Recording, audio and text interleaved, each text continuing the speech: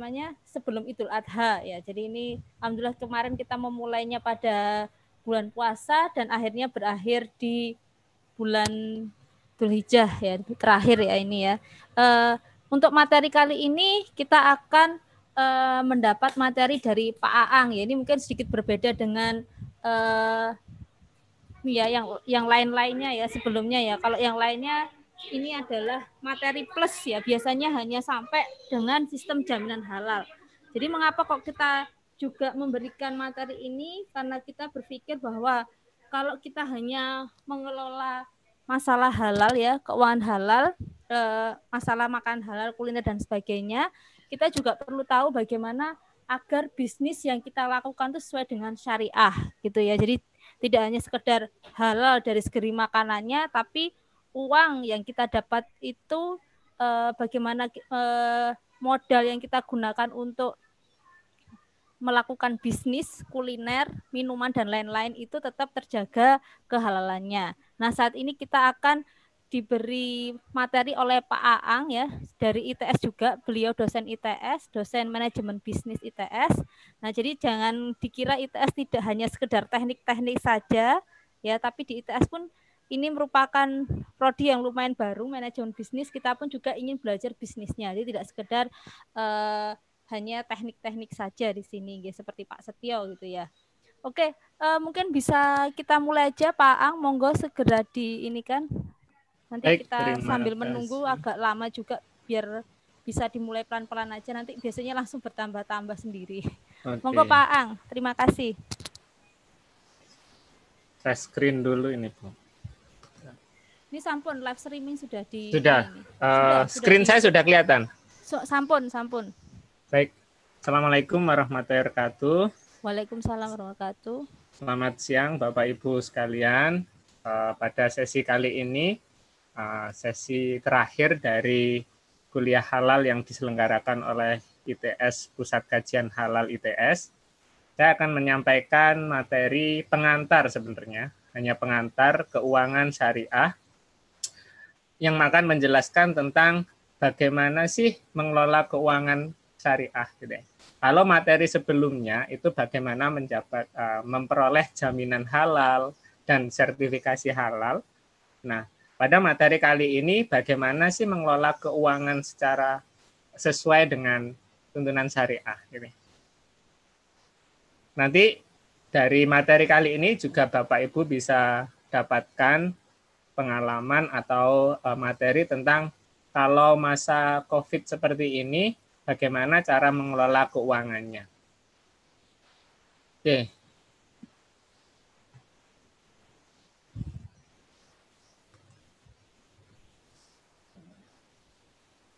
Bentar. Saya kok nggak bisa lihat screen-nya ya.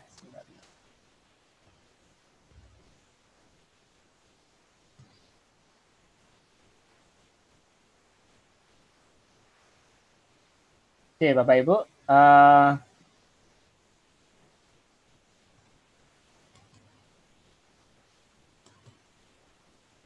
Maaf, ini kok nggak bisa kelihatan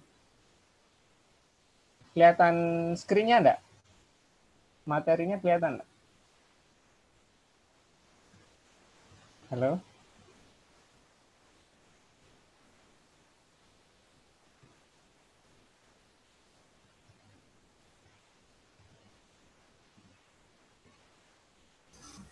Kelihatan screen-nya Pak, pengantar keuangan syariah, kelihatan. Nggak bisa digeser itu di saya. Bentar. Nggak bisa digeser? Di slideshow nggak bisa? Nggak bisa ya, sebenarnya. Oh, berarti error Pak. Oke. Saya coba stop screen dulu sebentar. Coba di dulu unscreen, di stop kemudian lagi Pak. Oke Pak.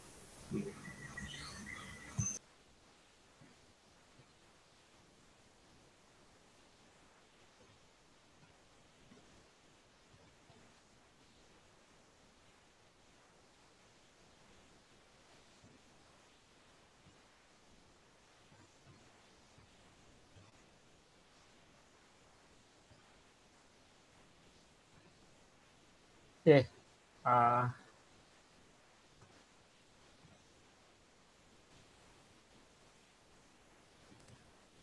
Oke, Bapak Ibu, sebagai pengantar, saya ingin tanya, ini tuh kira-kira gambar apa ya?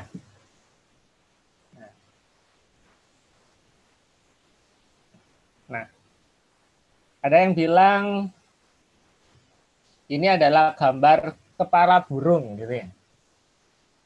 Ada yang bilang ini tuh adalah kepala kelinci. Ada yang bilang ini tuh adalah palu atau sejenisnya, gitu ya. Nah, sebenarnya dari sini kita bisa tahu apa? Bahwasanya ini adalah bagian dari sesuatu yang besar. Nah, cara kita memandang sesuatu itu mempengaruhi sikap kita terhadap sesuatu. Nah, itu yang ingin saya sampaikan. Nah, pertanyaan selanjutnya adalah ketika Bapak Ibu sekalian menjalankan aktivitas ekonomi atau berbisnis, tujuannya untuk apa? Ada yang mungkin tujuannya ingin kaya, ada yang tujuannya terpandang, tujuannya sejahtera, atau punya segalanya. Nah, itu tujuan-tujuan dari bisnis. Kalau di buku pengantar bisnis atau di mata kuliah pengantar bisnis, biasanya tujuan bisnis adalah untuk mencari laba, gitu, mendapat keuntungan. Kalau kita sebagai seorang Muslim, apakah itu salah? Tidak salah, gitu ya, benar, gitu ya. Tapi itu bukan satu-satunya tujuan, karena selain tujuan untuk memperoleh laba, juga ada tujuan yang lainnya, yaitu memperoleh maslahat atau kebaikan. Itu juga bagian dari tujuan ekonomi, gitu ya. Jadi tidak hanya satu dimensi saja, yaitu untung saja, tapi juga bagaimana mendapat kemaslahatan. Kemaslahatan di sini tentu saja di dunia wal akhirah, gitu ya. Bagaimana memperoleh keselamatan di dunia dan di akhirat. Nah, itu tujuan aktivitas ekonomi kita sebenarnya kalau menjadi seorang Muslim. Nah, sebenarnya dunia seisinya ini kan sebenarnya diperuntukkan untuk manusia. Manusia bisa mengelolanya, bisa menggunakannya sebatas apa? Sebatas yang dimilikinya. Nah, kalau akhirnya manusia masing-masing memiliki bagian, terus kemudian ingin melakukan aktivitas yang lainnya, gimana caranya? Akhirnya manusia melakukan transaksi ekonomi, melakukan transaksi jual beli, pertukaran dan sebagainya untuk memenuhi kebutuhannya. Nah, dimensi ini yang kita perlu perhatikan ketika kita melakukan keuangan syariah. Yang pertama yaitu fidunya hasanah. Secara sederhananya tadi, manusia ketika menjalankan atau melakukan bisnis ya untuk untung, cari untung. Untung bisa dihitung, bisa gitu ya. Kita menjual barang harganya 1.500. Kenapa? Karena saya ingin untung 500. Kemarin saya kulaan atau saya beli harganya 1.000 gitu ya. Nah, itu bisa dihitung kan gitu. Jadi keuntungan itu bisa dihitung, bisa diproyeksikan ya. Nah, bisa dihitung. Nah, tapi bukan hanya keuntungan semata itu yang kita perlu lakukan, tapi kita juga harus memperhatikan maslahat. Maslahat ini kebaikan, gitu. Kebaikan di dunia dan di akhirat. Karena tujuannya kita kan kalau sebagai seorang Muslim kan tidak hanya berhenti pada di dunia, gitu ya. Sehingga tujuan ekonominya juga untuk kebutuhan akhiratnya. Kebaikan di dunia bisa berbentuk ilmu yang bermanfaat, amal soleh, ya, sifat qanaah, zuhud, dan waro. Kebaikan akhiratnya apa? Ya bisa masuk surga, gitu.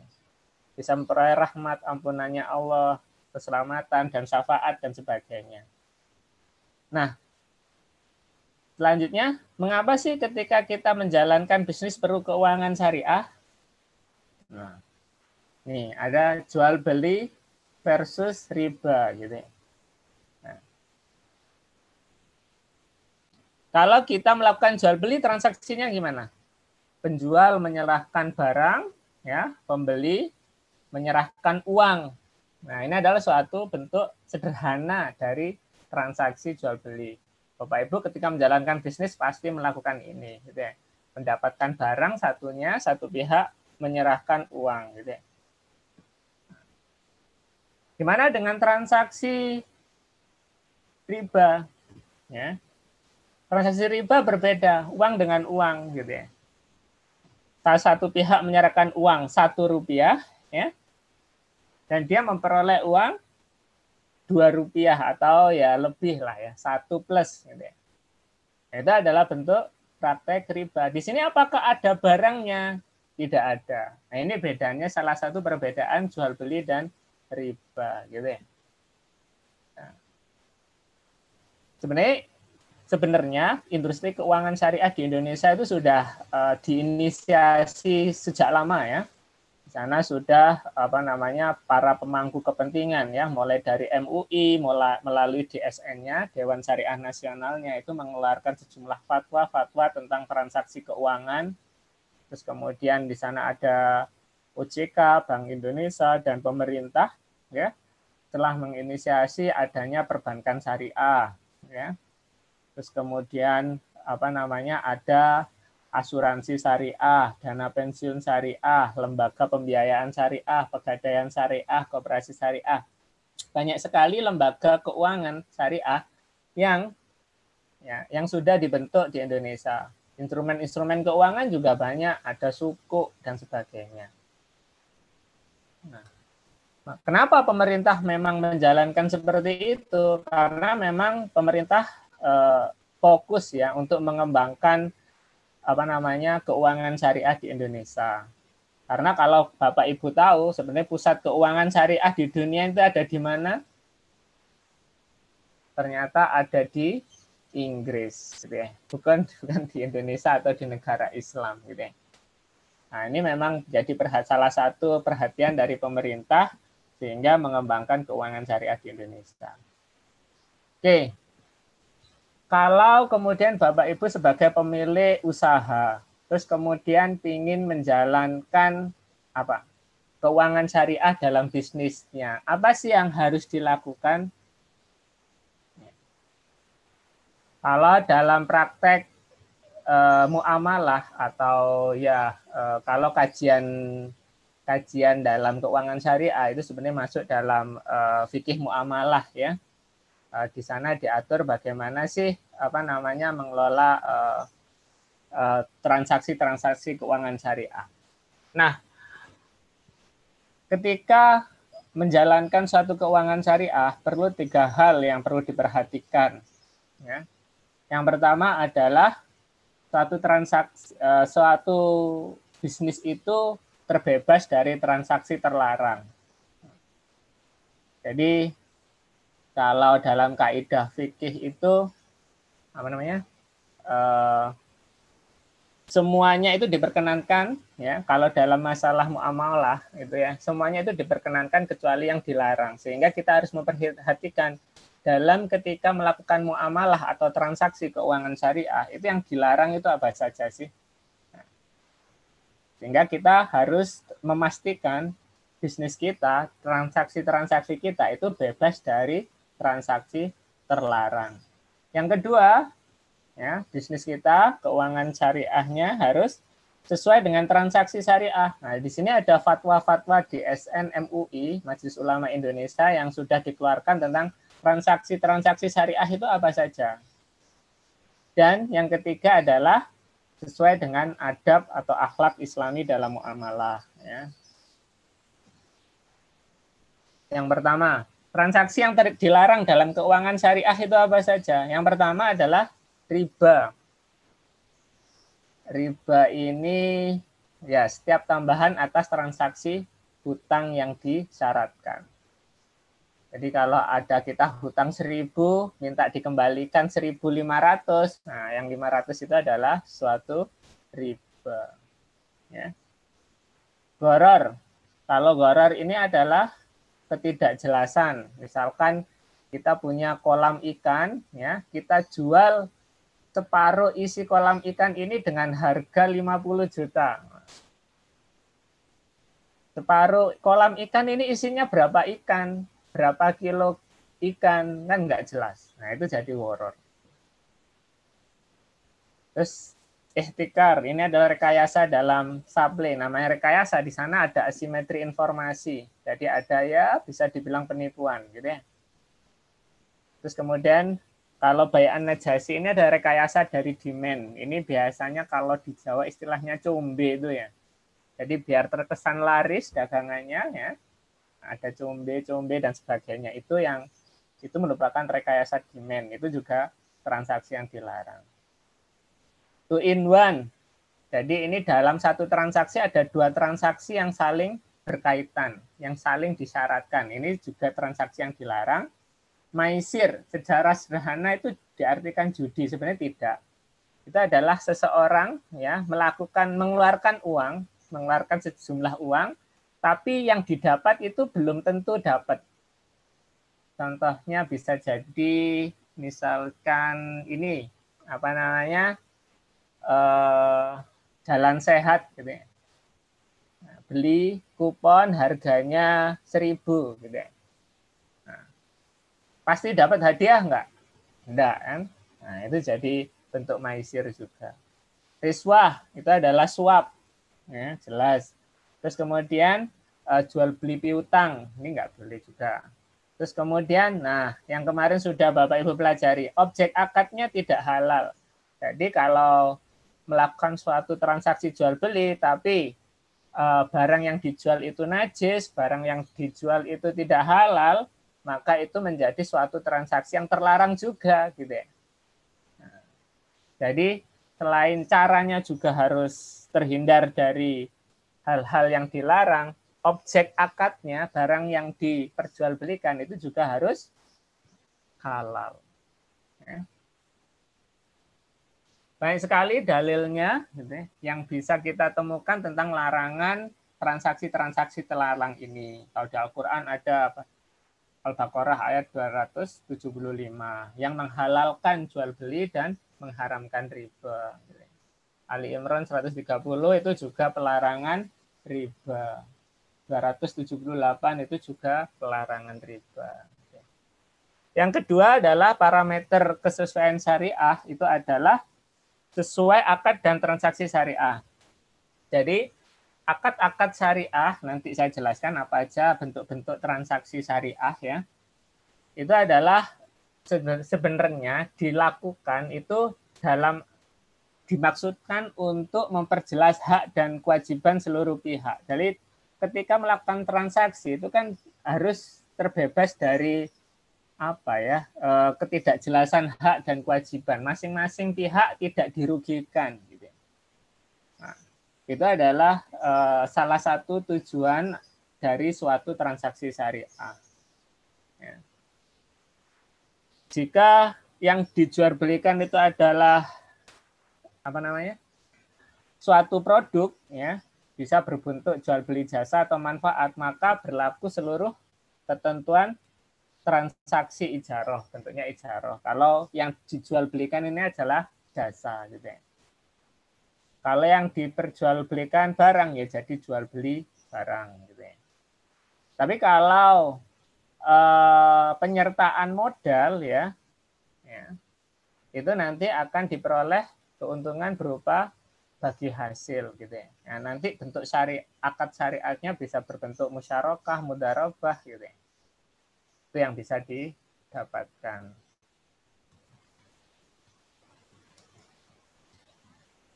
Nah, ini fatwa-fatwa MUI tentang transaksi-transaksi yang sesuai dengan syariah. Gitu ya. Sebenarnya ini diantaranya banyak sekali transaksi yang sudah ditempel halal oleh MUI. Gitu ya.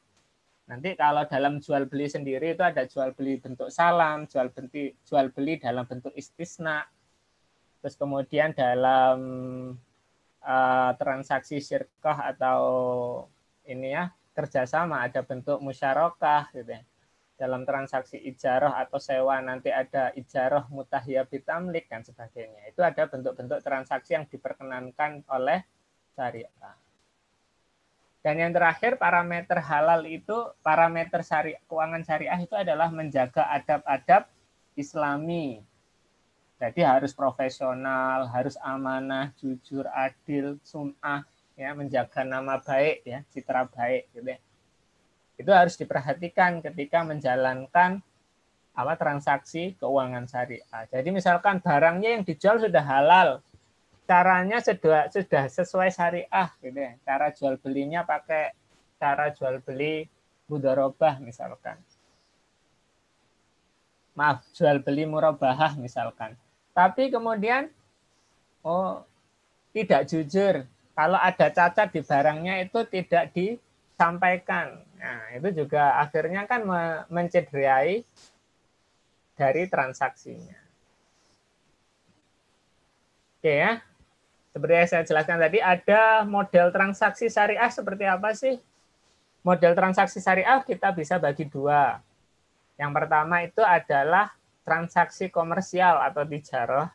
Yang kedua adalah transaksi tabaruk atau sosial. Transaksi komersial itu gimana? Transaksi komersial itu adalah transaksi yang masing-masing saling memberi dan menerima. Misalnya adalah jual beli. Ya. Satu pihak itu menyerahkan uang, satu pihak menyerahkan barang. Ya. Take and give, gitu ya. Saling memberi dan menerima. Itu adalah bentuk transaksi komersial. Kalau akad tabaruk gimana? Akad tabaruk itu transaksi satu arah. Contohnya adalah sedekah. Ya. Sedekah itu kita ngasihkan uang. Nah, kita nggak dapat apa-apa dalam tanda petik ya. Dapat pahala sebenarnya. Kita nggak dapat apa-apa. Nah, itu adalah suatu akad tabaruk. Dalam transaksi ya ada dua bentuk transaksi itu. Kita akan kupas satu persatu ya. Kita mulai dari akad komersial, akad tijarah. Nah, akad tijarah itu ada dua jenis. Yang pertama itu berbentuk jual beli ya. Sehingga di sana ada keuntungan berupa margin ya. Yang satu adalah transaksi bagi hasil, investasi, kerjasama, syirkah. Dalam transaksi jual beli, nah, bentuk jual belinya ada ya kurang lebih 4 skenario jual beli lah. Yang pertama itu adalah murabahah. Murabahah ini melakukan jual beli, tapi si penjual ya itu menyatakan atau menunjukkan berapa harga pulaannya. Misalkan saya menjual motor harganya 15 juta. Saya bilang ke pelanggan, ya, pembelinya, saya jual 15 juta. Saya kemarin beli motor ini harganya adalah 12 juta. Nah, itu jangan transaksi murabahah. Boleh gitu ya. HPP-nya ditunjukkan. Nah, jadi margin plusnya di sana ada margin yang ditunjukkan. Kalau transaksi salam gimana jual beli salam? Ya. Jadi ketika jual beli terjadi, ya, si pembeli ini menyerahkan sebagian uang lunas di awal dan si penjual belum punya barangnya. Penjual akan mengusahakan menyerahkan barangnya pada satu waktu tertentu. Misalkan si pembeli membeli kedelai 1 ton ya, kepada penjual ya, dengan harga katakanlah 50 juta. Si pembeli akan menyerahkan uang 50 juta di awal langsung gitu.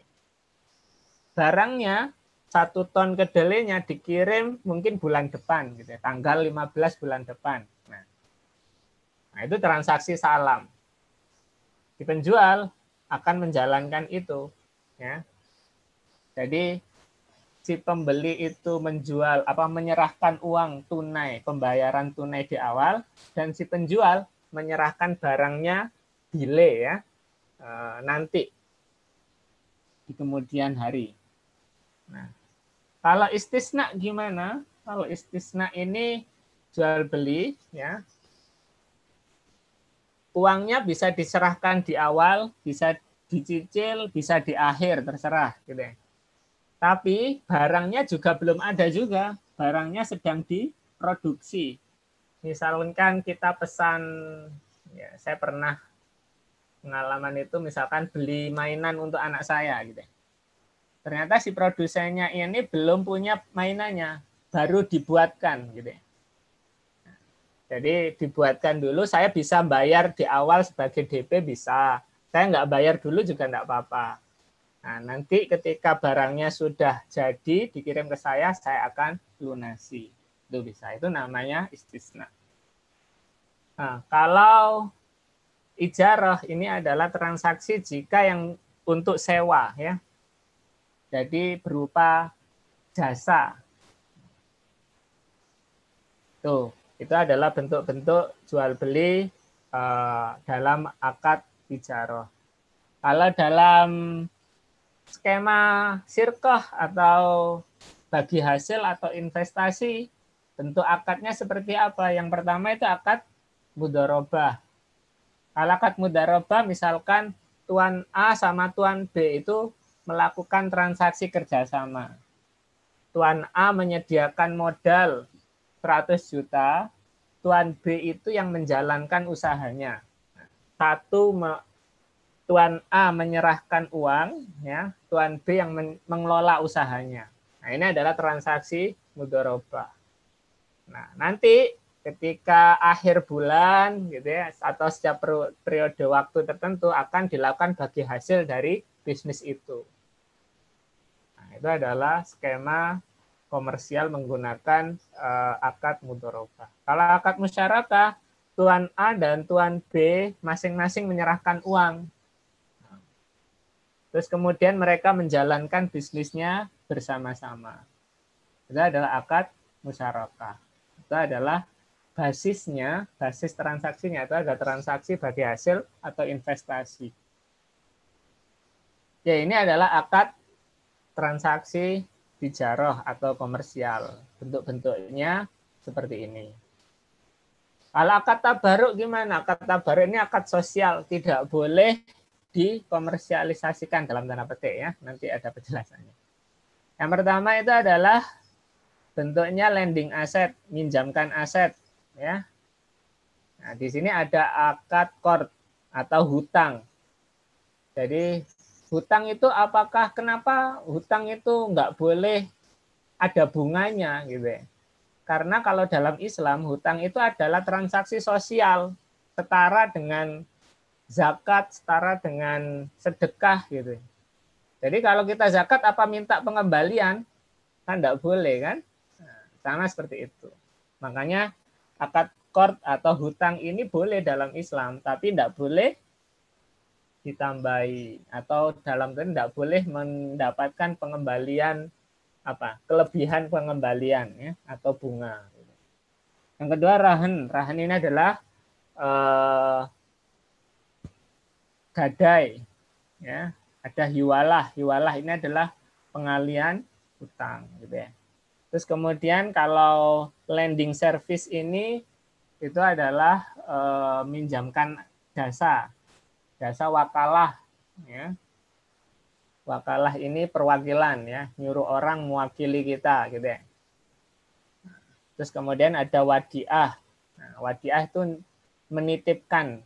Jadi saya titip barang, nah itu adalah wadiah. Ada kafalah, ya, penjaminan. Gitu. Nah, terus selain itu juga ada transaksi pemberian.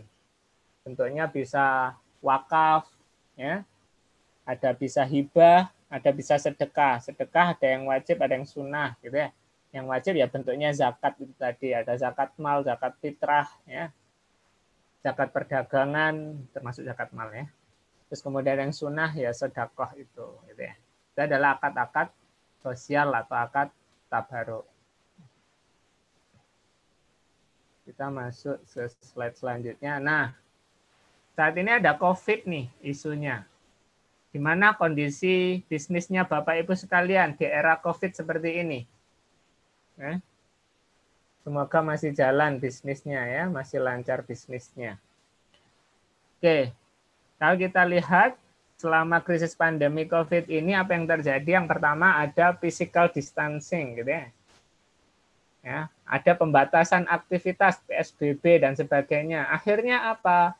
orang tidak banyak melakukan aktivitas, terjadi penurunan permintaan, ya, demand-nya turun. Akhirnya apa?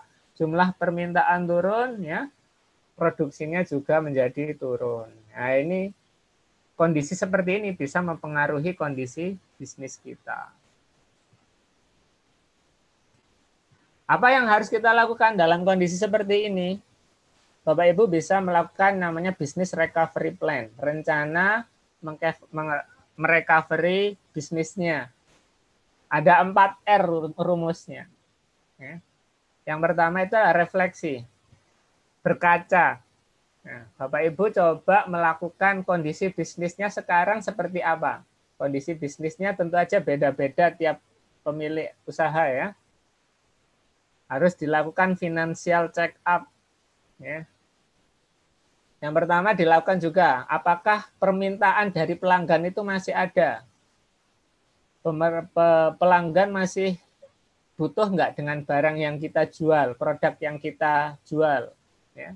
Terus kemudian melakukan check up, financial check up.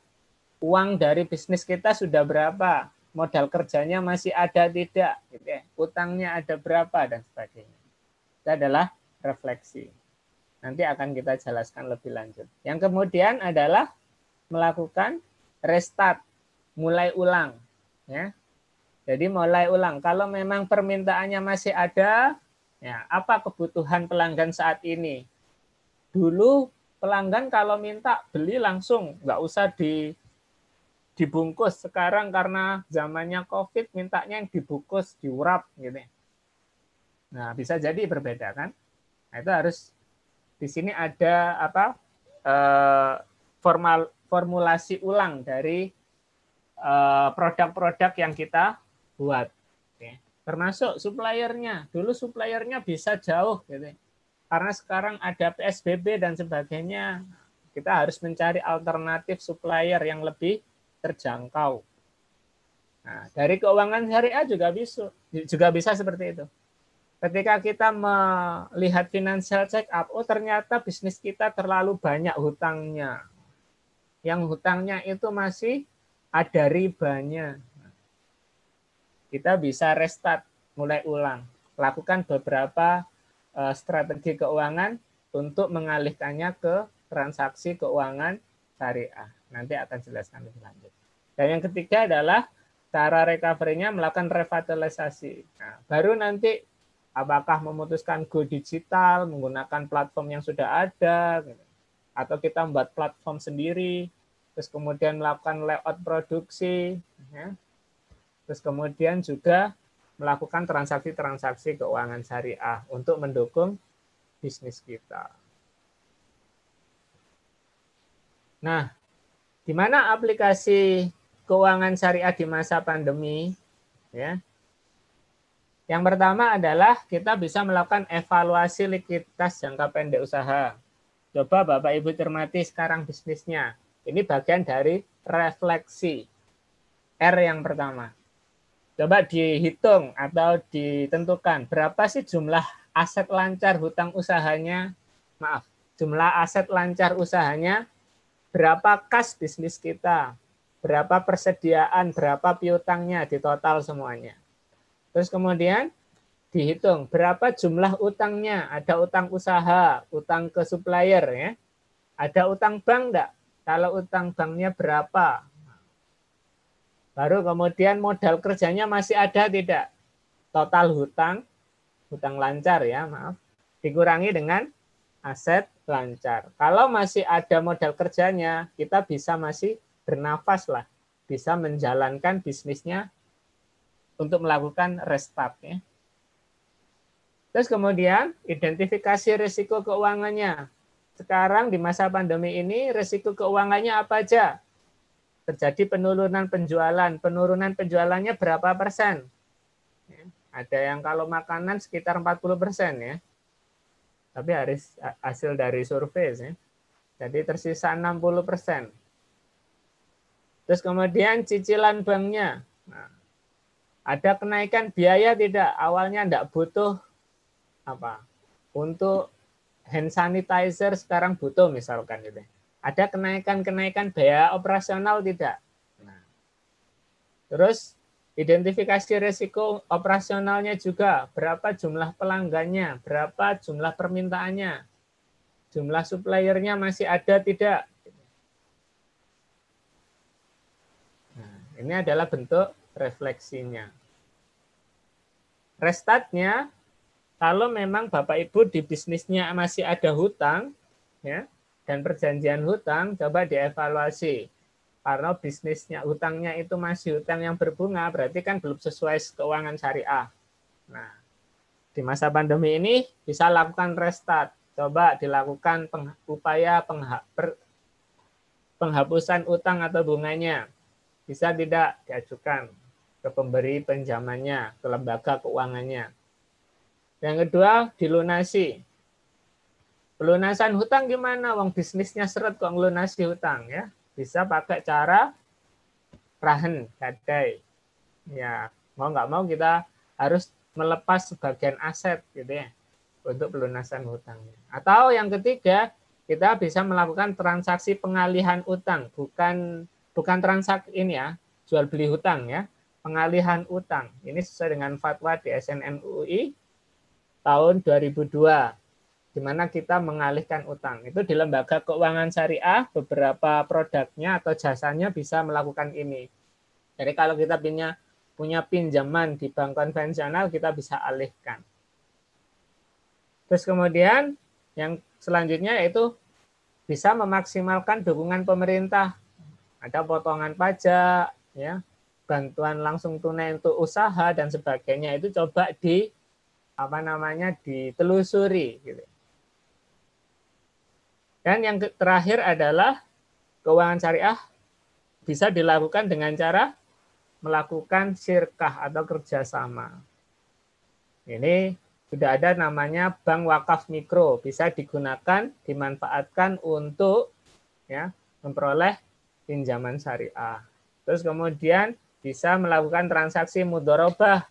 Kalau misalkan kita butuh aset baru, gitu, atau pingin scale up, pingin nambah beberapa alat produksi, kita bisa manfaatkan transaksi syirkah dengan robul mal ya, pemilik modal dengan transaksi skenario mudharabah atau musyarakah.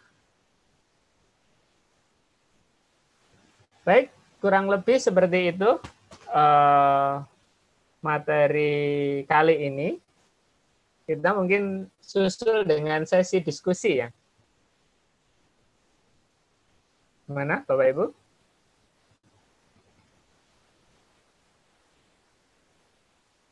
Monggo jika ada pertanyaan, hal-hal yang perlu ditanyakan, kita bisa mulai. Bisa tentang bisnisnya, bisa tentang gimana menjalankan transaksi keuangan syariah di bisnis Bapak Ibu.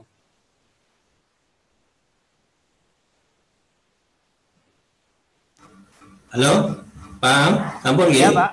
Ya, Pak. Pengantar terkait keuangan syariah. Oke, Bapak Ibu sekalian, sesuai yang di introduction dari Bu Nur Aini tadi, ya, ini tidak hanya masalah pangan, ya. Kemarin pada saat webinar terkait kawasan industri halal, ya. Jadi ada berbagai macam bidang yang perlu didampingi oleh PKITS. Pertama pangan, ya, kemudian keuangan, dan juga kemarin ada pariwisata, ada dan sebagainya. Dan ini ITS mempunyai para ahlinya, dan kita sedang mendata ya, mendata siapa saja nanti ahlinya itu nanti bergabung di PKI ini. Baik Bapak Ibu sekalian, tadi sekilas terkait keuangan syariah, semoga bisa membantu. Dan ini kita diskusi kira-kira kalau di UKM yang terjadi di lapangan seperti apa, itu sangat bagus kita diskusikan di sini. Monggo silakan yang mau raise hand, ya, mau bertanya silakan.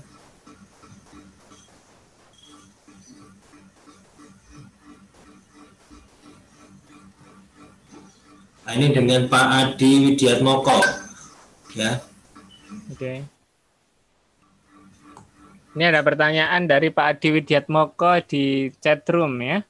Bagaimana sharing profitnya atau persentasenya jika kita melakukan join dengan pemilik modal dan kami tenaga yang punya usaha tapi butuh tambahan modal dari pemodal tersebut.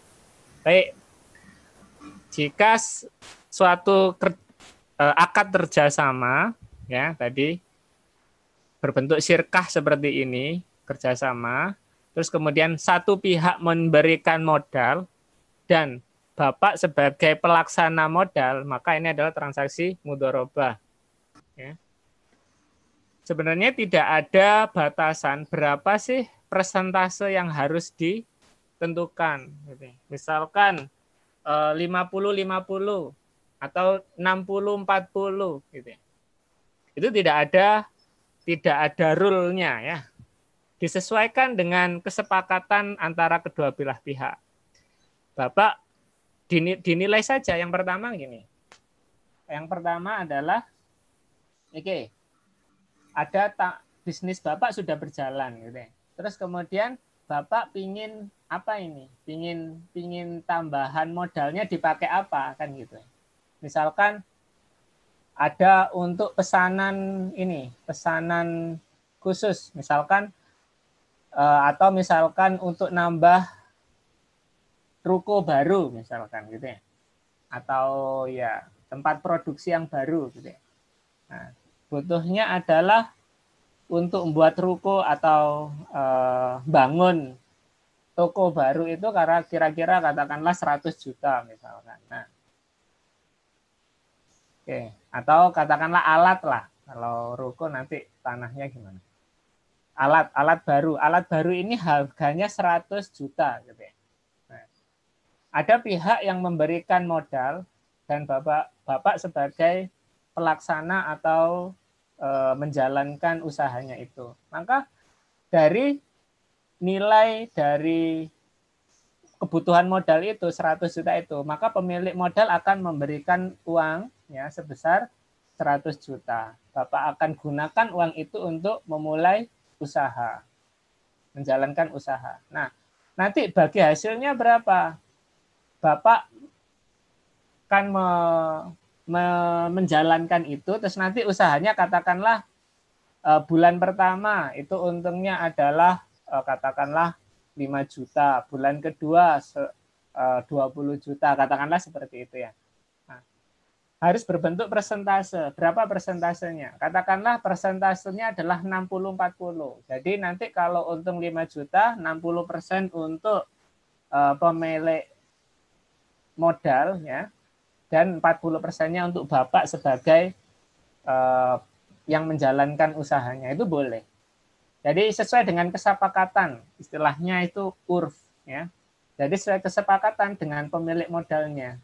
Tidak ada kepastian berapa persentasenya. Ya. Sharingnya apakah yang pemilik uangnya itu harus lebih besar? Enggak harus juga gitu. Kalau itu keahlian khusus kan enggak harus. Misalkan yang bisa menjalankan usahanya ini adalah profesional misalkan. Jadi yang menjalankan usahanya memang benar-benar profesional. Nah, sehingga akhirnya dia mendapat bagian proporsi sharing profitnya lebih besar juga tidak masalah. Daripada pemilik modal tidak masalah. Jadi sesuai dengan kesepakatan berapa profit sharingnya di sana. Itu. Gimana Pak Adi?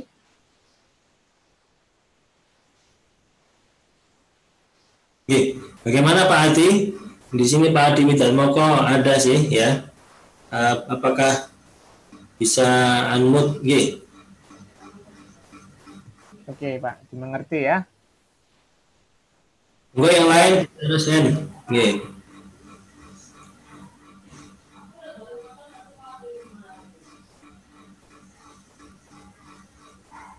Atau chat boleh. Belum ada ini Pak. Yang sambil menunggu ya Pak. Gimana kalau misalkan ini Pak, tadi ada deposito Pak ya? Iya. Nah, biasanya kalau misalkan kami ini di teknik kimia begitu, kalau bikin usaha, kebanyakan usaha gitu, itu selalu kita ambil referensi adalah deposito. Misalkan gini, kalau misalkan keuntungan kita di atas deposito, maka dia layak, begitu ya. Nah, maksudnya saya di sini, deposito yang jenengan tampilkan di sini apa deposito yang pada umumnya atau deposito khusus? Monggo penjelasan ini. Oh, yang tadi sesuai dengan DSN MUI ya, Dewan. Apa fatwanya MUI itu deposito yang ada di bank syariah. Oh, iya, beda-beda dengan, jadi beda peruntukannya, Pak. Kalau kita depositokan di bank konvensional, ya memang kadang namanya itu sama-sama deposito, tapi perputaran uangnya ini berbeda. Jadi kalau kita ada tambahan di sana gitu ya, tapi yang satu itu dijadikan sebagai modal ya sama banknya ya. Tapi kalau yang di konvensional gitu ya, ada apa namanya bunganya. Kalau nabung deposito di bank konvensional kan dapat bunga kan. Nah, kalau deposito di bank syariah ya dapat bagi hasil. Apa Pak bedanya? Beda. Kalau bank konvensional ya uangnya dipakai apa? Uang deposit yang kita depositokan kan kita enggak ambil pusing gitu ya. Enggak mau tahu gitu ya. Dipakai untuk apapun terserah. Yang penting tiap bulan dapat bunganya kan gitu. Tapi kalau deposito di bank syariah akan dijadikan sirkah, tambahan modal. Besarnya keuntungannya berapa? Keuntungannya ya tidak berbentuk bunga tapi berbentuk bagi hasil. Berapa hasil dari bisnis yang didanai dari deposito itu. Nah, di sana ada apa namanya tergantung, bisa besar kalau misalkan bisnisnya itu menguntungkan kan, sehingga bagi hasilnya lebih besar. Tapi juga ada risiko juga sebenarnya.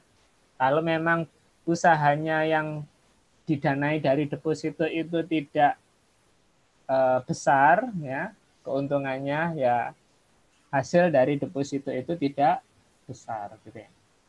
Itu perbedaannya. Jadi uangnya yang satu itu pakai dijadikan sebagai hutang dan kita dapat bunga ya. Kalau yang dalam deposito syariah ya itu berbeda. Oke. Ini Bapak Ibu gimana? Sudah melakukan atau pernah bersinggungan tidak dengan transaksi-transaksi keuangan syariah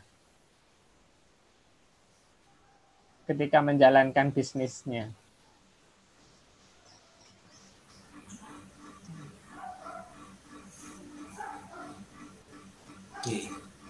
Belum ada yang jawab ini.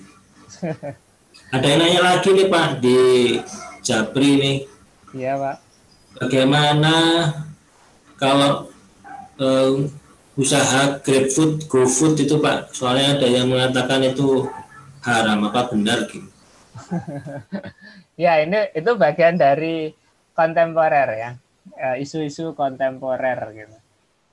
Oke, posisi saya bukan ini ya, saya bukan ulama gitu ya, yang memberikan fatwa juga gitu ya.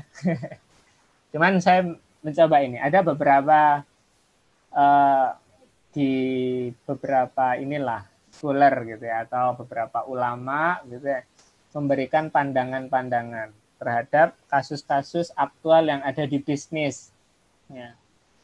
Sebenarnya mereka sumbernya sama, ya. Sumbernya sama, terus kemudian dalilnya juga sama. Tapi ketika ulama-ulama ini itu memahami transaksinya, transaksi ini seperti ini gitu ya. Cara memahaminya berbeda, ya jadinya akhirnya fatwanya berbeda.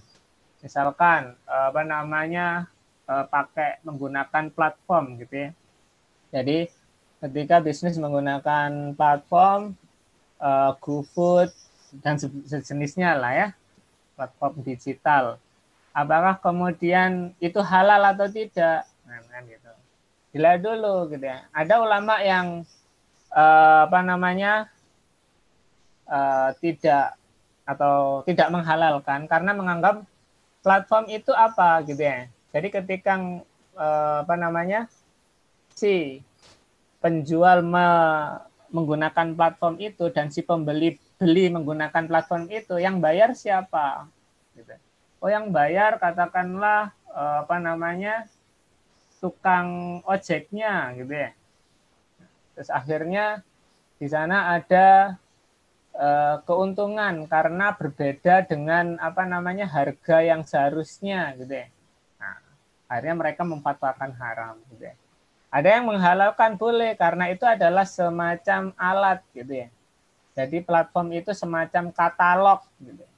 Karena katalog itu kalau kita ibaratnya kalau masang produknya di aplikasi itu, kita kan nyewa tempat di situ gitu ya. Sehingga di sana ada fee dan sebagainya, itu adalah ijarah, enggak apa-apa gitu ya.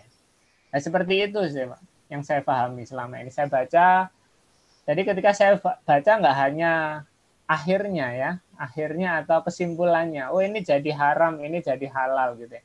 Memang ini problematika ketika ketika melakukan sejumlah transaksi keuangan syariah, memang ada stream seperti itu, ada yang menghalalkan, ada yang mengharamkan dan sebagainya. Itu sama seperti ini loh Pak, kalau di Homer itu kan haram kan ya, Homer. Tapi kalau misalkan alkohol itu Homer enggak gitu. Nah, kalau sedikit kan enggak memabukkan, enggak apa-apa. Masih ada kan yang bilang seperti itu. Nah, mirip seperti itu. Jadi kadang ada tokoh-tokoh tertentu gitu ya. Itu yang punya pandangan yang berbeda dengan fatwa. Tapi kalau saya mikirnya kalau di Indonesia ya kita bisa berpatokan pada Majelis Ulama Indonesia, kan itu tempat kumpulnya ulama-ulama di Indonesia kan. Nah, kita bisa berpandangan pada itu. Tapi kalau pendapat pribadi saya lihat beberapa tokoh, beberapa kalangan mereka ada fatwa-fatwa pribadi yang itu akhirnya menjustifikasi ini haram, ini halal gitu ya. Itu sih.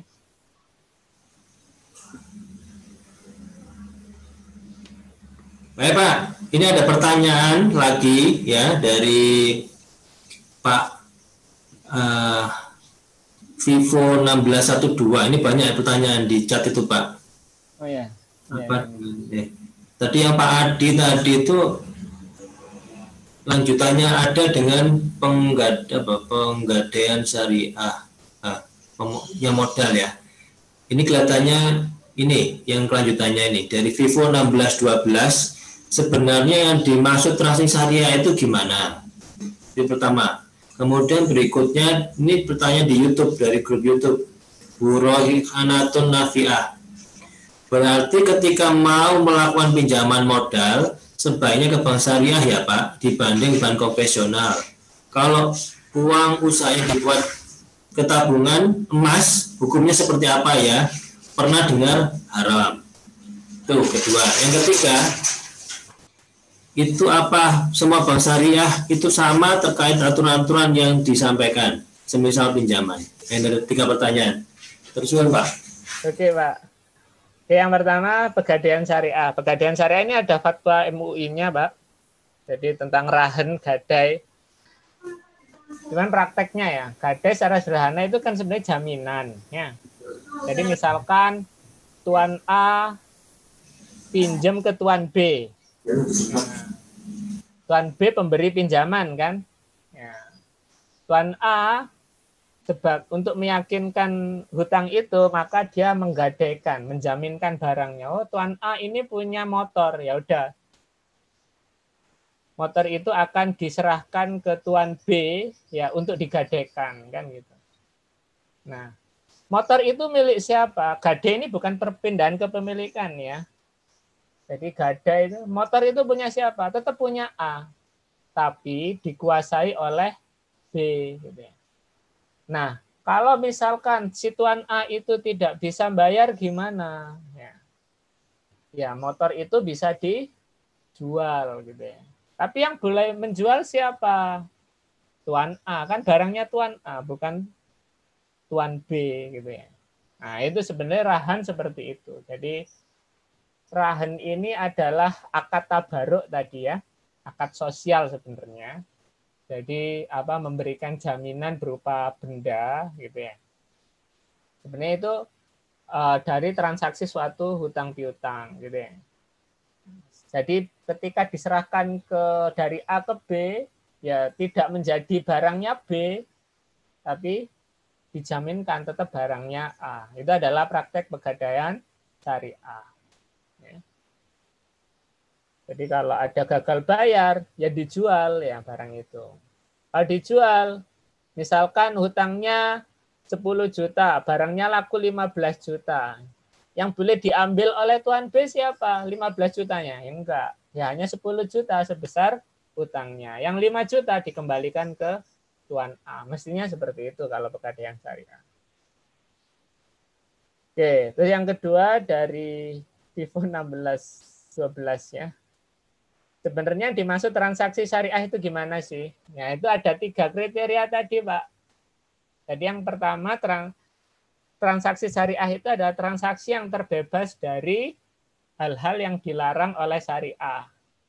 Apa aja? Tadi yang pertama riba, gharar, maisir, ya. Terus kemudian barangnya tidak halal, objek akadnya tidak halal. Itu adalah yang pertama. Jadi terbebas dari transaksi yang dilarang. Yang kedua, transaksinya menggunakan transaksi-transaksi yang sesuai dengan syariah. Jual beli salam, jual beli istisna, ya, ijarah, dan sebagainya. Jadi transaksinya itu transaksi sesuai syariah. Dan yang ketiga, ada adab-adab Islami di sana. Jadi nggak boleh nyuap, nggak boleh menipu, gitu ya. Karena walaupun barang yang dijual sesuai dengan syariah sudah halal, ada label halalnya. Terus kemudian transaksinya jangan jual beli yang sesuai syariah. Tapi barangnya itu penipuan, ya nggak boleh, yang tetap aja itu bukan transaksi syariah ya jadinya. Jadi ada 3 parameter tadi, Pak. Suatu transaksi itu dinamakan transaksi syariah. Yang pertama itu tidak mengandung praktek-praktek yang dilarang dalam syariah, ya, riba, gharar, maisir dan sebagainya. Yang kedua, transaksinya sesuai syariah, ya. Apakah jual beli ataukah kerjasama gitu ya. Dan yang ketiga adalah ada adab-adab Islami di sana. Itu untuk pertanyaan kedua. Dan pertanyaan yang ketiga, peminjaman modal. Ketika mau melakukan peminjaman modal sebaiknya ke bank syariah dibandingkan bank konvensional. Kalau uang usahanya dibuat ke tabungan emas, hukumnya seperti apa? Oke, kalau Bapak Ibu bisnisnya berkembang, ya, terus kemudian untungnya besar sehingga kasarannya kasnya besar, ya, kasnya ditaruh di mana, ya? Saya sarankan kalau sesuai dengan transaksi syariah, ya sebaiknya ditaruh di bank syariah. Atau kalau enggak gitu seperti apa, gitu ya? Apakah boleh ditabungkan emas? Tabung emas ini ada yang tabung emas ini ada di Pegadaian ya. Ada di Pegadaian ya. Kalau sebenarnya sulit-sulit sebenarnya ya. Terlalu banyak kas terus kemudian kas itu dilimpahkan seperti itu juga nggak bagus untuk usaha. Jadi kalau dalam aspek keuangan sebenarnya Ibu bisa melakukan investasi jangka pendek. Ibu bisa manfaatkan uang itu kelebihannya untuk ya mengembangkan usaha, scale up. Atau kalau nggak berani scale up gimana gitu ya. Ya Ibu belikan aja uang emas ke emas langsung gitu ya. Nggak perlu tabungan ya, tapi sesuai preferensi. Kalau di tabungan emas, kalau emasnya ada nggak apa-apa, tapi tabungan emas kalau emasnya nggak ada itu yang nggak boleh, Bu. Karena transaksi emas itu adalah barang ribawi, jadi ketika dibeli itu harus ada barangnya. Jadi kalau Ibu beli langsung emas, ya tabungan emas, gitu ya, harus ada emasnya. Kalau nggak ada emasnya ya jadi ini. Jadi apa? Ya nggak ada barangnya kan. Itu yang saya tahu. Terus kemudian Pak Abdul Raqib, apa semua bank syariah itu sama terkait aturan-aturan yang disampaikan semisal pinjaman? Ya, bentuk tabungan ya. Bank syariah sebenarnya di sana ada dewan pengawas syariahnya ya. Dalam struktur organisasi bank syariah itu ada apa namanya? Dewan pengawas syariahnya. Ada ulamanya di sana yang mengawasi operasionalnya. Nah, ketika bank syariah itu membuat suatu produk keuangan, produk pinjaman, multi jasa, macam-macam ya, produk tabungan dan sebagainya, maka ya harus sesuai dengan syariah. Dewan pengawas syariah itu nanti yang ngawasi apakah praktek di perbankan syariah itu sesuai dengan fatwanya MUI atau tidak. Itu. Tiap bank syariah ada dewan pengawas syariahnya, Pak. Dan dewan pengawas syariahnya itu harus lulus ujian oleh OJK dan DSN ya, Dewan Syariah Nasional. Bu Erni Amanah. Bedanya yang real. Oke, monggo Bu Erni Amanah, Pak. Bedanya yang real apa antara bank syariah dan bank konvensional? Nah, ini ya. Oke, yang kadang kita bikin bingung itu kadang bank syariah itu menggunakan istilah yang mirip ya. Jadi ini nanti penjelasannya bisa paham, apa namanya bisa panjang karena kita harus kenal dulu bank konvensional itu seperti apa. Cara sederhana gini Bu, bank konvensional itu. Ketika uangnya di bank konvensional itu uang siapa sih? Uangnya yang nabung gitu ya. Jadi kalau kita nabung di bank ya, uangnya itu akan dikumpulkan oleh bank dipakai untuk ngasih pinjaman ke usaha-usaha itu ke orang terserah lah ya. Jadi dari tabungan kita bank bayar bunga kan gitu ya. Nah, dari uang yang dipinjamkan oleh banknya itu bank narik bunga kan gitu. Itu bank konvensional ya.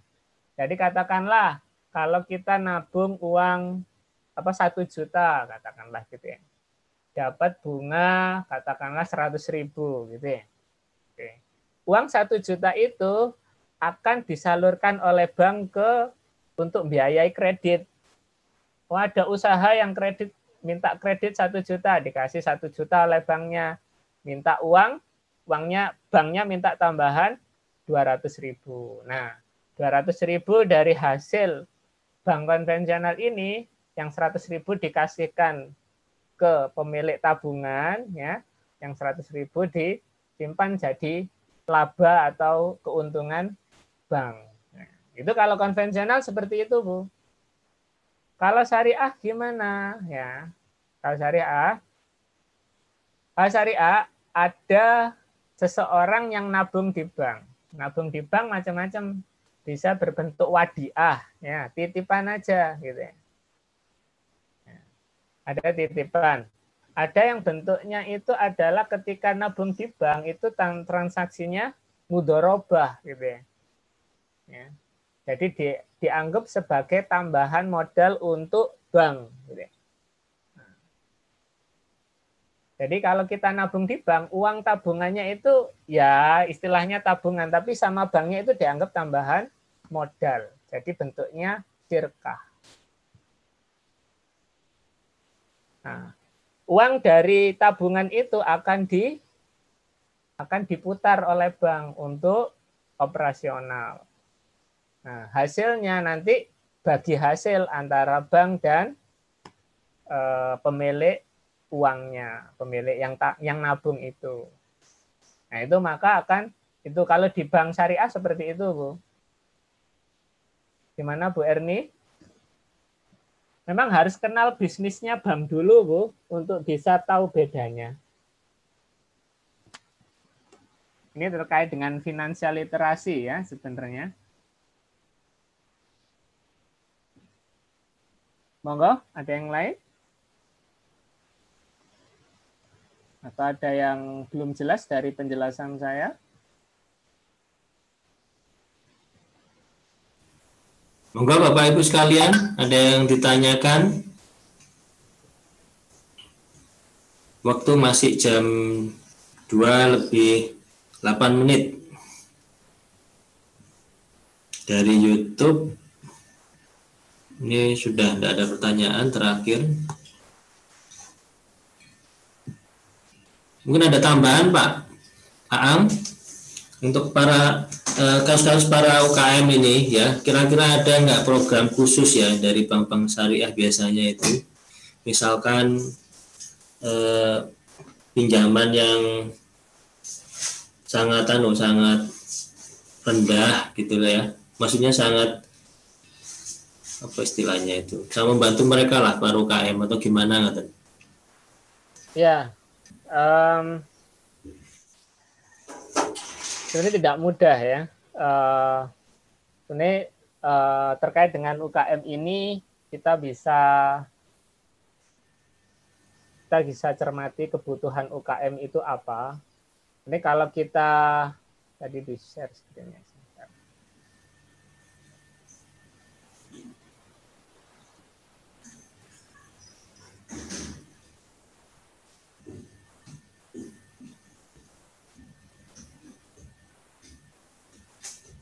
Nggak tahu ini jelas nggak ya? Ini ada industri keuangan syariah di Indonesia. Sebenarnya cara kita untuk hijrah lah ya ke keuangan syariah itu sudah mulai ada lembaga-lembaga keuangan syariah yang bisa kita manfaatkan. Ya. Selama ini kita mungkin taunya hanya bank syariah saja gitu ya.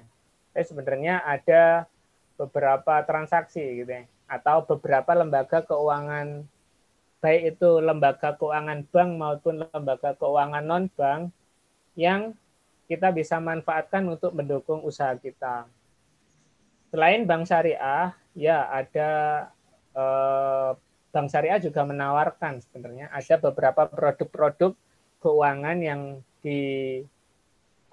diberikan oleh lembaga keuangan bank syariah untuk UKM gitu ya. Karena memang ada kewajiban kalau kita baca di peraturan OJK dan sebagainya tentang penyaluran kredit usaha rakyat itu ya, KUR dan sebagainya yang memang dikhususkan untuk UMKM. Tapi yang kita perlu di sana sebenarnya kalau UMKM pingin scale up ya, atau pingin nambah kapasitas bisnisnya, gedekan bisnisnya gitu ya. Kan Bapak Ibu sebagai pemilik bisnis kan pingin bisnisnya gede. Bisnisnya gede itu gimana sih caranya? Bisnis yang gede itu yang seperti apa? Bisnis gede itu yang pertama adalah yang asetnya itu naik ya. Awalnya hanya punya 1 ruko gitu ya. Sekarang sudah buka 3 ruko, 3 cabang gitu ya. Itu adalah bisnis yang scale up ya. Awalnya karyawannya 2, sekarang jadi karyawannya 7 gitu ya. Nah, itu adalah bisnis yang naik. Nah, untuk jadikan bisnis yang awalnya karyawannya 2 jadi 7 atau yang awalnya itu cabangnya hanya 1 ruko sekarang jadi 3 ruko gitu ya. Itu kan butuh tambahan modal gitu ya. Tambahan modal. Nah, gimana kita dapatkan modalnya gitu ya. Modal itu tidak sama dengan utang. Selama ini kalau kita pinjam, caranya yang ngutang gitu ya. Pinjam, nanti bayar bunga gitu ya. Sebenarnya tidak hanya seperti itu. Di keuangan syariah kita manfaatkan cara lain gitu ya. Ada transaksi-transaksi lain yang kita bisa gunakan untuk memperbesar bisnis kita. Oh, ternyata kita bisa pakai mudharabah, bisa pakai musyarakah gitu ya. Jadi dengan baseline bagi hasil gitu ya. Jadi nanti tidak hanya pinjam uang terus kemudian kita bayar bunga dan pokoknya gitu ya. Sederhananya kan seperti itu kita pinjam selama ini. Oh ternyata nggak hanya itu, kita bisa sewa gitu ya. Misalkan kita nambah ruko satu lagi, kita nggak harus beli terus kemudian kita pinjam di bank gitu ya. Kita bisa ijarah mutahiyah bitamlik gitu ya. Kita bisa sewa ruko itu dengan opsi nanti di akhir selesai masa sewa kita bisa punya sewa itu, kita bisa punya ruko itu. Ya, kita bisa ngajukan skema pendanaan seperti itu. Jadi kita melakukan transaksi IMBT, ijarah mutahiyah bitamlik. Jadi kita nggak harus pinjam ke bank konvensional, kita bisa melakukan sewa. Kan yang butuh dari saya itu kan nempati ruko itu. Nah, kita sewa, ya. Nanti di akhir ada hak opsinya untuk dimiliki. Oke. Seperti itu.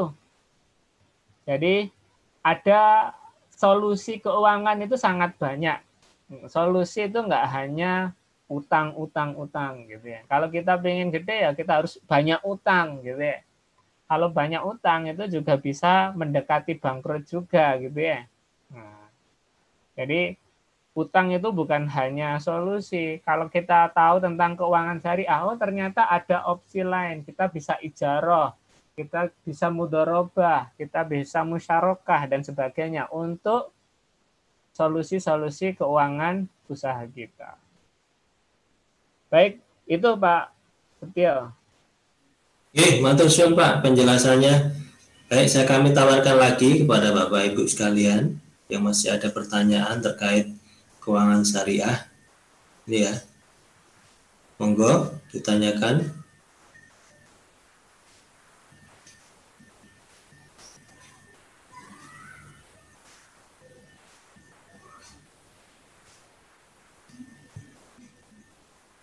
Pak Ari Prabowo, ada pertanyaan kira-kira?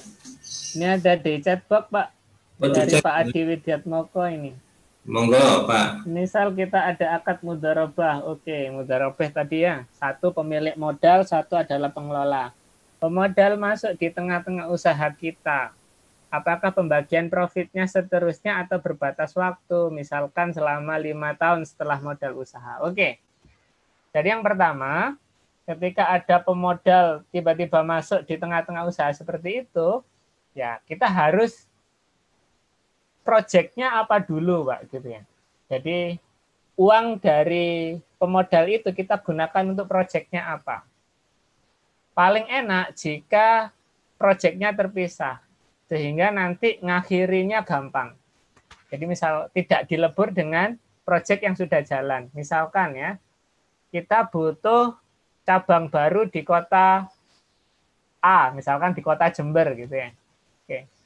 Jadi uang dari pemodal ini akan kita gunakan untuk bangun cabang baru di kota Jember misalkan itu.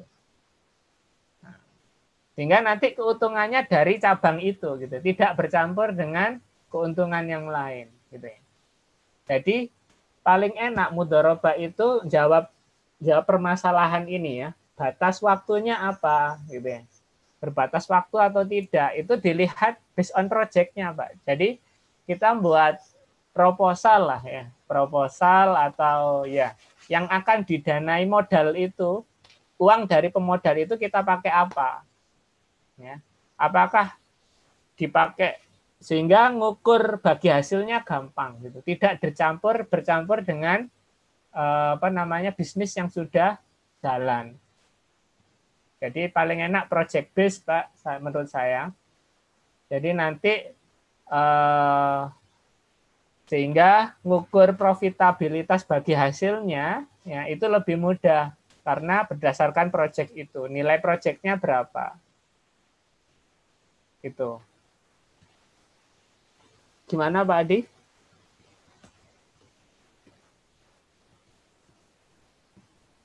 Oke. Baik ya. Terima kasih jawabannya. Alhamdulillah.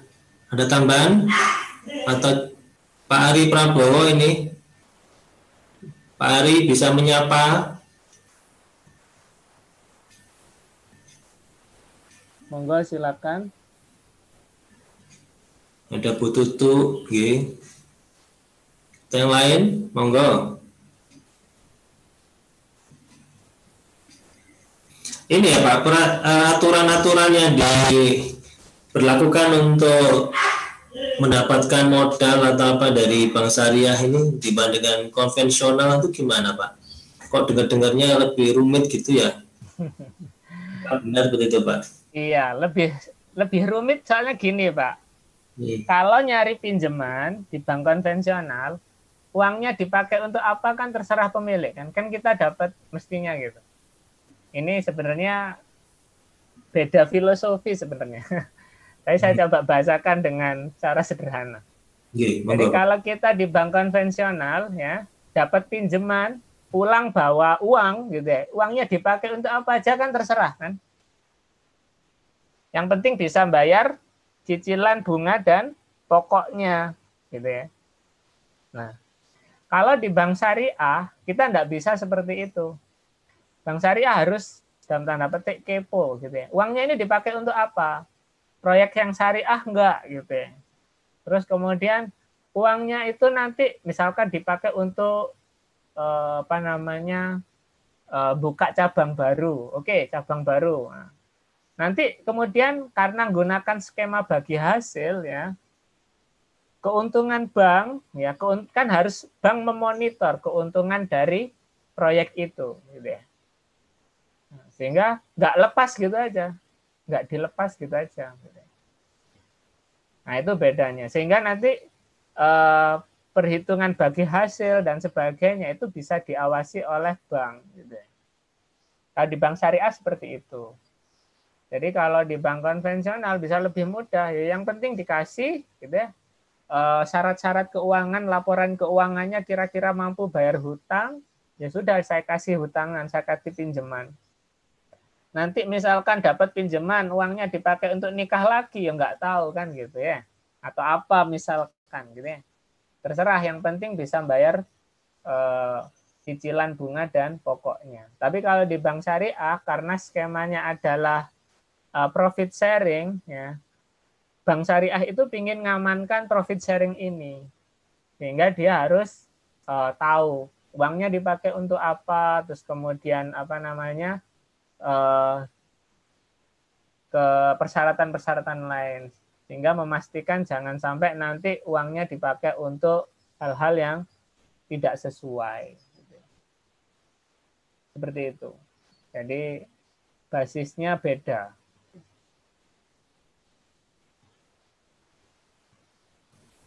Ada lebih kehati-hatian gitu Pak ya. Bisa juga iya, Pak. Konsultan ya. Lebih hati-hati karena resiko bagi bank syariah itu lebih tinggi, Pak. Kalau di bank konvensional, walaupun bisnismu rugi ya, kamu harus bisa bayar cicilannya kan. Biar untung, biar rugi bisnismu ya. Kalau di bank konvensional, kewajiban bayar hutang dan pokoknya, bayar bunga dan pokoknya itu kan tetap. Tapi kalau profit sharing di bank syariah, kalau bisnismu itu merugi ya bisa-bisa banknya juga ikut rugi kan gitu. Nah, sehingga harus lebih hati-hati banknya. Karena penyertaan modal bukan pinjaman. Seperti itu Pak sederhananya. Jadi Bapak Ibu sekalian, kira-kira gimana? Ada yang ditanyakan lagi? Sudah jam 2:30, kalau nggak ada bisa kita akhiri session kali ini. Saya tunggu, coba saya cek di YouTube ya. Di YouTube nggak ada. Oke, di Zoom nggak ada. Monggo. Baik, Bapak Ibu sekalian, alhamdulillah. Matur suwun Pak atas materi yang diberikan ya. Nah, ini adalah materi penutup terkait keuangan syariah ya. Semoga bermanfaat bagi Bapak Ibu sekalian. Dan dengan berakhirnya kelas ini, maka ini juga berakhir program kita kali ini, kuliah kader penggerak periode pertama. Dan kami ingatkan sekali lagi pada Bapak Ibu sekalian untuk tetap mengerjakan tugasnya. Nanti sedang dipersiapkan oleh terkait sertifikat mengikuti maupun sertifikat kelulusan. Dan sekali lagi kami informasi kepada Bapak Ibu sekalian peserta kelas kader penggerak halal ini, jika ada yang bersedia untuk menjadi binaan PKITS, untuk segera mendaftar ke kami, ke saya ataupun ke Bu Nur, dan kemarin sudah ada beberapa yang sudah kontak, dan selama ini sudah ada yang bersedia. Seperti yang kami informasikan, tahun ini kami sudah ada pemenang hibah pendampingan, ya, dan rata-rata sudah punya bidang. Dan apabila ada peserta kelas halal ini yang kepingin menjadi binaan juga, kita bisa sisipkan ya di tengah-tengah program kepada para pemenang hibah. Baik Bapak Ibu sekalian, terima kasih atas kehadirannya online maupun nanti asinkronus, dan sekali lagi kita nanti keep kontak ya dengan kami, dan jangan lupa mengikuti semua program-program yang ada di PKITS. Baik, Pak, ada kesan atau pesan-pesan terakhir, monggo. Ya Pak, sebenarnya ini hanya pengantar materi kali ini, pengenalan saja keuangan syariah untuk bisa kita bisa lanjutkan menjadi bagian dari program pendampingan, Pak. Jadi kalau pendampingannya nanti bisa ditawarkan tidak hanya untuk kader penggerak halal saja, gitu ya. Kalau memang butuh konsultasi keuangan, saya persilakan. Insya Allah saya juga siap membantu. Iya Pak. Siap. Ya, jadi nanti kita kolaborasikan semua, gitu. Jadi monggo nanti bisa menghubungi kami ya dengan mengontak kami, kemudian menunjukkan profil UKM-nya, misalkan UKM saya namanya ini, kemudian bidang apa tuh produknya ini yang sudah PRT sekian, seperti itu. Nanti kita akan lempar ke para pemenang hibah ya, kira-kira siapa yang masih bisa disisipi. Gitu ya, saya harapkan ada yang tanyakan lagi. Ini ada Pak Adi dan Bu Tutuk yang itu ingin menjadi binaan. Monggo jadi WA-kan ke kami. Jadi profil UKM Bapak Ibu sekalian. Nanti bisa dibina terkait SJH-nya, juga terkait keuangan syariahnya. Baik Bapak Ibu sekalian, terima kasih sekali lagi atas kehadirannya. Saya ucapkan Assalamualaikum warahmatullahi wabarakatuh. Waalaikumsalam warahmatullahi wabarakatuh.